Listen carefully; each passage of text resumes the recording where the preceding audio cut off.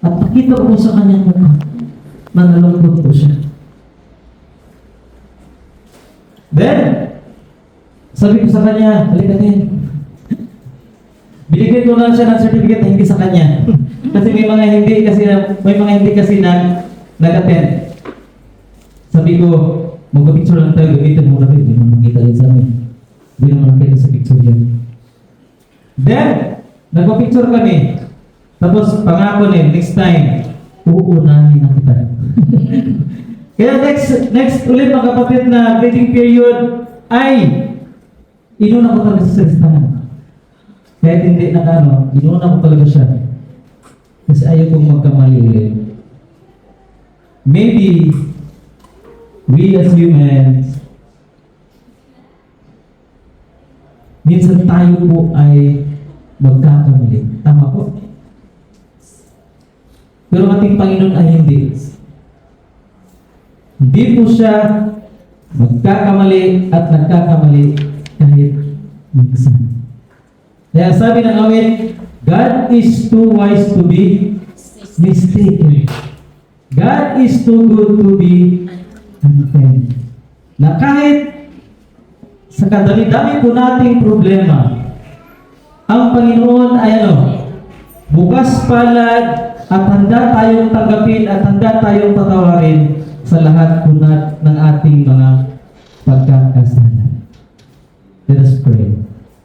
Our dear God, Heavenly Father, once again we come to you with humble hearts. We ask, dear Lord, for the forgiveness of our sins. I am sinful, and I'm not worthy to speak to you this morning. But Lord, hide me on your cross and cover me with your precious blood. Give us the knowledge and understanding. In Jesus' name I pray. Amen. Nasa listahan ka ba? If we talk about list, mga kapatid, winner na po dyan ang mga teachers. No? Especially sa mga teachers doon sa Philippines. No?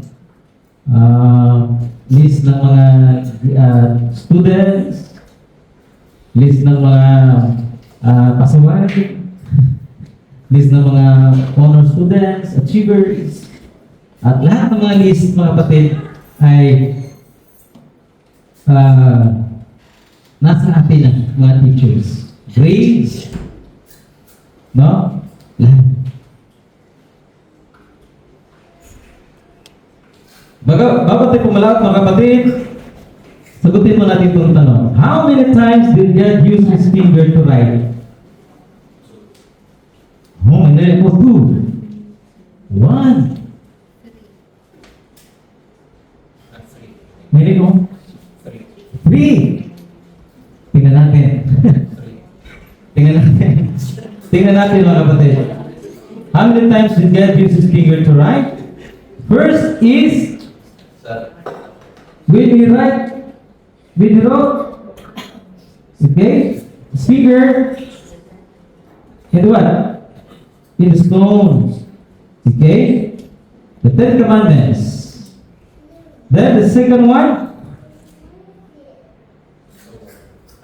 no, sinulat yung mga kapatid ng kanyang mga dalirisan sa pader, mga kapatid. Okay? During the time of Daniel.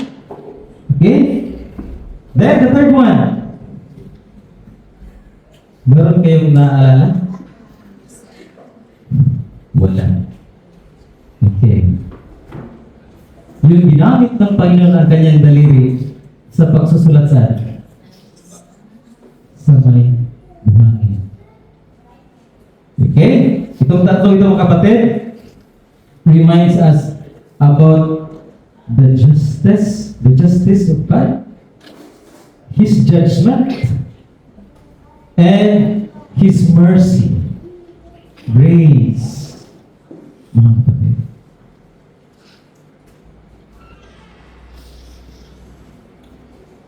In heaven, there are also three books, okay, in heaven. First is we have the book of life. The second one is the book of remembrance, and the book of death, or the book of sin. Siguro natanong niyo sa mga sarili niyo, mga kapatid, ano ba itong mga libro ito? Ano kaya ang nakasulat sa mga librong ito? Ano kaya ito sila? Isa-isa natin sagutin yan, mga kapatid. In Revelation 20:12, and I saw the dead, great and small, standing before the throne, and the books were opened. Another book was opened, which is the book of life. The dead were judged according to what they had done, as recorded in the books. Marami, mga kapatid. Books. Unahin po natin, mga kapatid, ng book of remembrance. Ano ba ang book of remembrance? Ano ba ang nakasulat dito? In Great Controversy, page 481, in the book of God's remembrance, every deed of righteousness is immortalized. Meaning to say, immortalized, never forgotten. Immortalized. There, every temptation resisted. Noong mga panahon, mga kapatid, temptation resisted. Noong mga panahon, na gusto natin nakawin yung ng ating kapitbahay na hindi natin ginawa. Na minsan ay natitempt tayo na hindi natin ibigay yung ating tithes. Ngunit binigay pa rin natin. Natitempt tayo na sampalin natin yung ating, yung ating kasama, yung ating brethren. Dahil na-offend tayo, pero hindi natin ginawa. Yan po ay nakasulat sa book of remembrance. What else? Every evil overcome. Gusto ko sanang suntukin. Nag-basketball kami. Nasiko ako. Gusto ko sanang suntukin siya. Ngunit hindi ko ginawa. Every word of tender pity expressed is faithfully chronicled, and every act of sacrifice, yung ating mga pastor, yung ating mga missionaries, tayo, na minsan tayo ay nahiwalay po tayo sa ating pamilya. Dahil sa ating pagsakripisyo para sa Panginoon, ay nakasulat yan sa book. Every suffering, hindi pala, maganda rin pala ang kapag nagsuffer tayo. Okay? Every suffering, every sorrow endured for Christ's sake, nakasulat po yan sa the book of remembrance. Mga kapatid.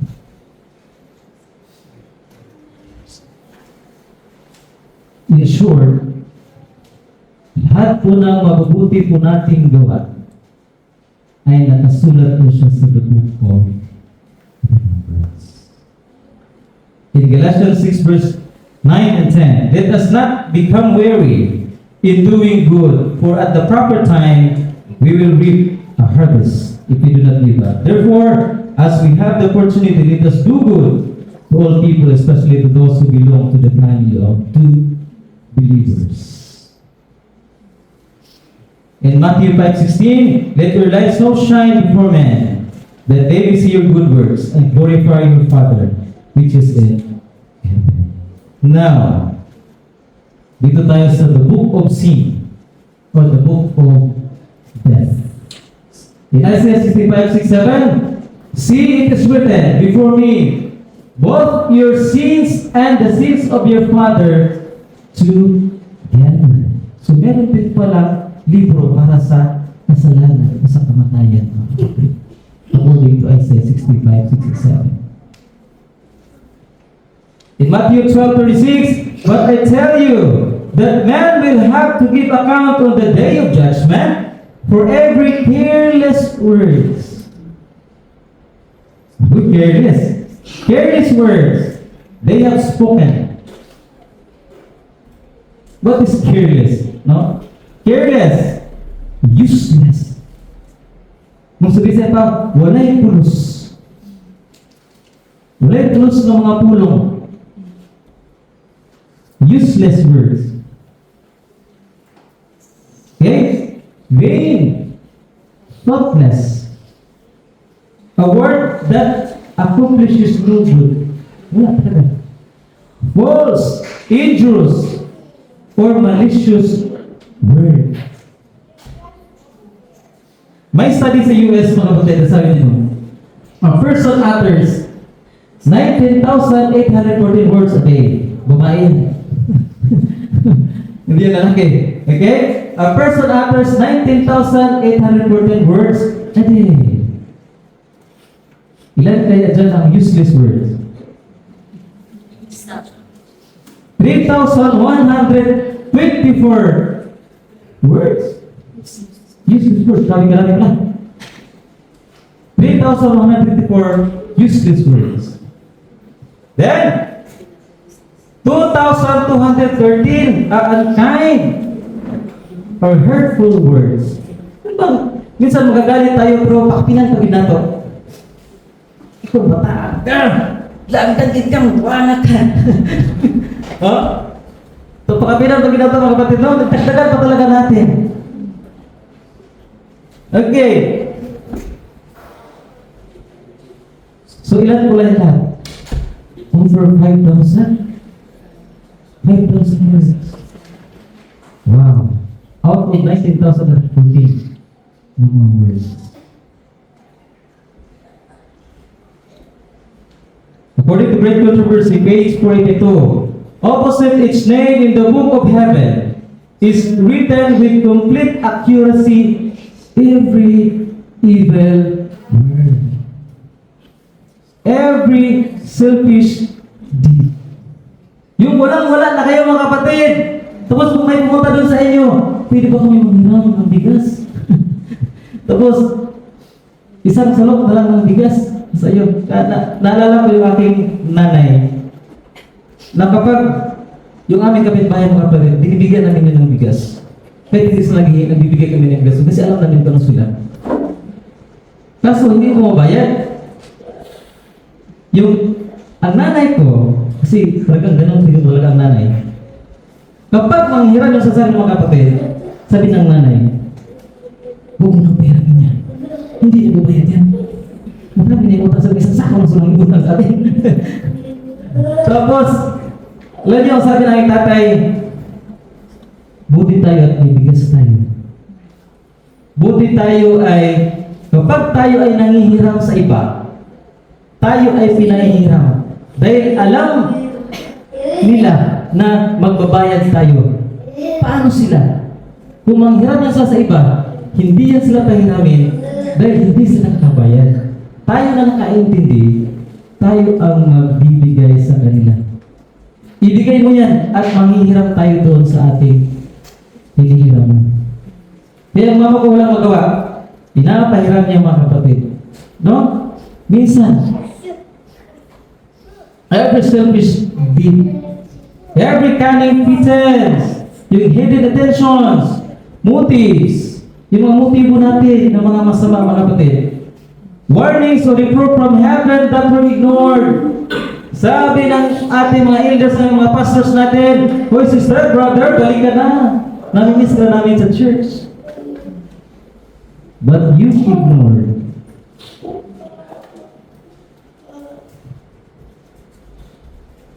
Wasted moments. Nasa panahon sana na tayo po ay makapag-share ng love ng Panginoon sa iba, ay hindi po natin nagawa. Neglected opportunities. Maraming opportunities na ikaw na tayo po ay tinawagan na nineglect po natin. The influence used for good or evil, and even wide-reaching effects of these actions are all recorded by the recording angels. According to Great Controversy, page 482.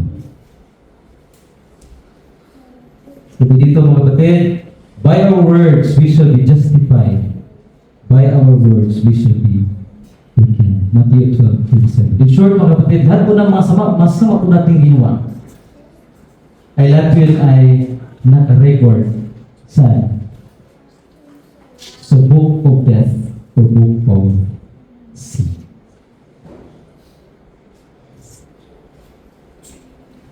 In Ecclesiastes 12:14, for everyone will bring every deed into judgment, including every hidden thing, whether it is good or evil.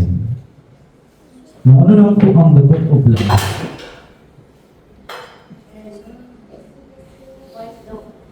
The book of life? In Revelation 20:12, and I saw the dead, great and small, standing before the throne, and the books were open. Another book was opened, which is the book of life. So, Great Controversy, page 480. The book of life contains the names of all who have entered the service of God. Amen po? Lahat daw po ng mga pangalan na nakasulat sa book of life, yun po yung ano? Yung pumasok doon sa ano? Into the service of God. Kaya nga, nung tinanggap po natin ang ating Panginoong Hesus, mga kapatid, sa pagitan ng bautismo, yung pastor natin ay sasabihin tayo na ano? Lord, isulat niyo po ang mga pangalan ng mga tao na ito sa libro ng buhay. Kasi tinanggap po nila na sila po ay magsaserve sa iyo. In Luke 10:20, Jesus bade His disciples, rejoice, because your names are written in heaven. When God called the disciples respond to God. Tayo din mga kapatid. When God called us, tayo din po ay nag-respond sa Panginoon. Sino po masaya mga kapatid ng pangalan ngayon natin ay nasa libro ng buhay? Sino po masaya mga kapatid? Na yung ating mga pangalan ay nasa libro ng buhay ngayon. Nasa libro ng buhay. Wow! Ako din, masaya din mga kapatid. Na yung ating mga pangalan ay nasa libro ng buhay. Kasi tinanggap po natin ang ating Panginoong Hesus. Now the question, can the name be erased in the book of life? Yung mga pangalan na nakasulat sa book of life, ma-i-erase pa ba yan mga kapatid? Oh, binari ko. Yes. Nagsabi ko, no. Ano po? Ma-erase po ba siya o hindi? Yes. Ma-i-erase po siya mga kapatid. Sa paanong paraan siya ma-erase? According to Great Controversy, page 483, when any have sins remaining upon the books of record, unrepented and unforgiven, their names will be blotted out of the book of life, and the record of their good deeds will be erased from the book of remembrance. Kung meron daw po tayong mga kasalanan na hindi po natin nahinga ng tawad mga kapatid, at hindi napapatawad, bakit po hindi napapatawad mga kapatid? Dahil hindi ho natin hinihinga ng tawad. Walang kasalanan na hindi napapatawad ng ating Panginoon. Lahat po ay napapatawad kung tayo po ay lalapit sa Kanya at hihingi po tayo ng tawad sa Kanya.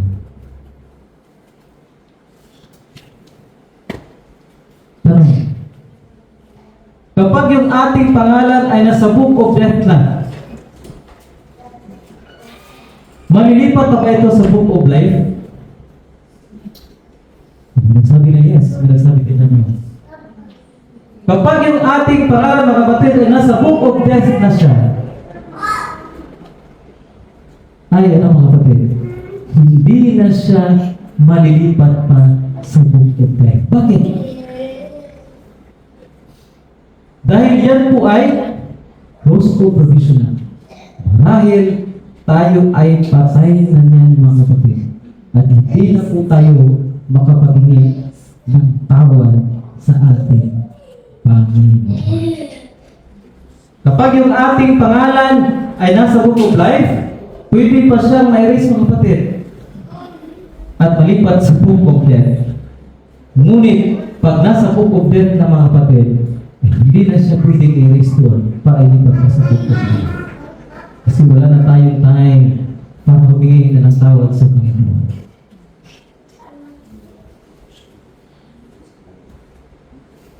Time will come na tayo ay harap sa mapungan ng Panginoon. At ang standard, ang pamantayan ng Panginoon ay yung the Ten Commandments na kanya pong sinulat mismo ng kanyang daliri. The law of God is the standard by which the characters and lives of people will be measured on the day of judgment. Fear God and keep His commandments, for this is the whole duty of life. For this will bring every deed into judgment. Ephesians 3:13.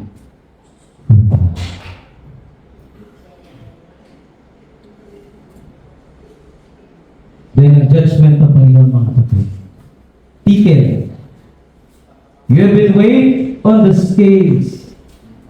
Sa panahon na tayo ay harap sa Panginoon, sa hukuman ng Panginoon, gamit ko ang Ten Commandments. Then, we have been weighed on the scales and found one thing. Nagkulang mga kapatid. Tayo po ay tinimbang sa timbangan at makita na tayo po ay nagkulang. Anong sabi sa Revelation 21:27? Lamb's Book of Life. If anyone's name was not found written in the book of life, he was thrown into the what? To the lake of fire. Nakakalungkot po mga kapatid. Nakakalungkot.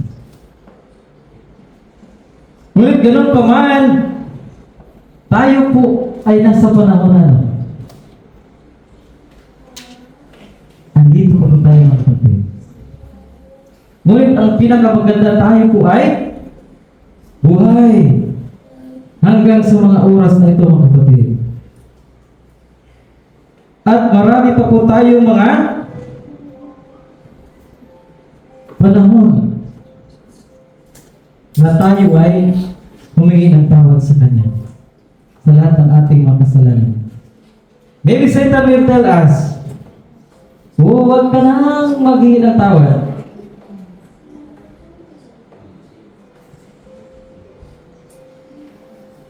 Kahit anong hingi mo ng tawad, ay ganun pa rin. Gagawin mo pa rin yan.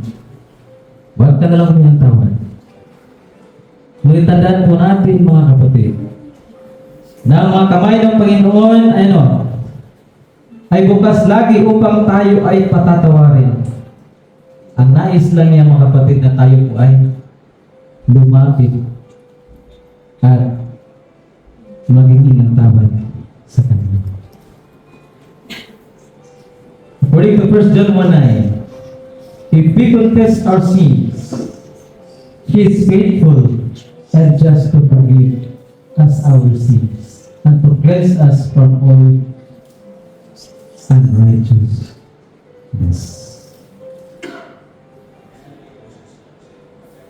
In Revelation 3 verse 5, he who overcomes, I will acknowledge his name before my Father and his angel. Wow. Napakasarap po mga kapatid. Ng Panginoon mismo ang mag-acknowledge na kilala sa atin sa kanyang Father and His angels. Naalala ko kapatid ang awit na Lord, I care not for riches. Pwede ting awitin mga kapatid? Lord, I care not for riches, neither silver nor gold. I will make sure of heaven, I will enter the fold.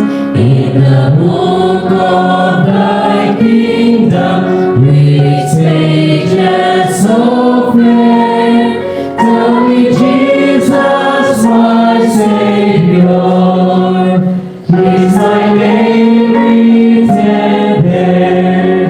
Is my name written there? On the page wide and fair, in the book of thy kingdom, is my name written there? Is my name written there?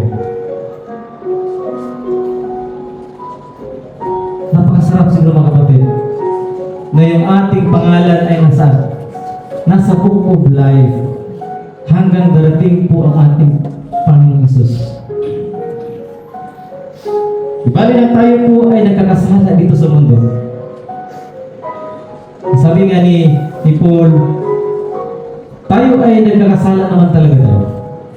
Ngunit meron po tayong manalaban na walang iba kundi si Panginoong Hesus. Na sa bawat paglapit natin sa Kanya, according to 1 John 1:9, He is faithful and just to forgive us. At tinangin sa Panginoon mga kapatid na ang ating pangalan ay lagi po sa book of life. Noong po ay nag-take ng board exam mga kapatid. Noong po nag-take ng board exam, teachers board exam. Na during sa examination, sabi ko, dami kahirap Panginoon. Napakahirap. Kasi daw education. Tapos sabi ko, parang sa lahat ng question doon ay parang okay lang po yung tama. Ngunit, ang lagi ko pong ginagawa kapatid habang nagasulat ako ay lagi ko siya pinipray ang bawat number. Ako po ay umaawit, nagpipray, naghahang, yung awit na I need every hour. At hanggang sa natapos nung sa proof mga kapatid at sa specialization, napakahirap po talaga. Halos sabi ko, wala akong tama doon. At lagi kong iniisip siya habang umuwi ako sa bahay. At ako po ay tinawagan sa Palawan, sa North. At doon po ako naghihintay ng result. At nakita ko si Sir JR doon. Lagi sasabihin, pasado ka na. At sabi ko, napaka-rasang inisip ko. Titi, napakahirap ng exam. Napakahirap ng exam. Ngunit dumating na yung time na andyan na yung result. Andyan yung result. At naghihiyawan na yung mga tao, makasamahan ko, kasi nga nakapasa na sila. Ayan. Naghihiyawan na sila. Nasa praise God! Kapag na sa ako, gusto ko lang internet ko.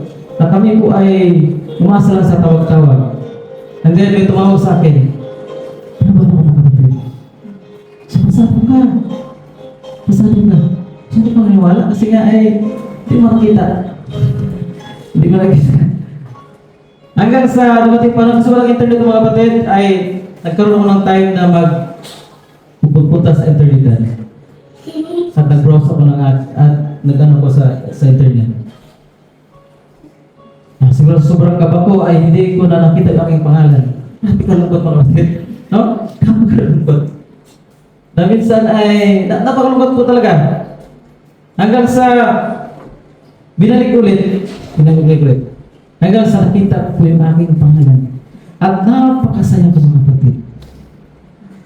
Na isa po ako sa nakapasa noong panahon na yun. Siguro dito sa mundo natin mga kapatid, tayo po ay natutuwa at sobrang saya kung tayo po ay napabilang sa mga listahan dito sa mundo. Makatanggap ng ayuda at makatanggap ng mga supporties at sa iba. Ngunit how much more mga kapatid kung ating pangalan ay nasa libro ng buhay. Amen po? And the next time mga kapatid, na gagamitin ng Panginoon ng kanyang daliri, hindi na sa pagsusulat ng kapatid. Ang ating tatanungin, is my name written there? Ituturo ko tayo ng Panginoon mga kapatid at sabihin, yes, you is written here. May the Lord bless us this morning.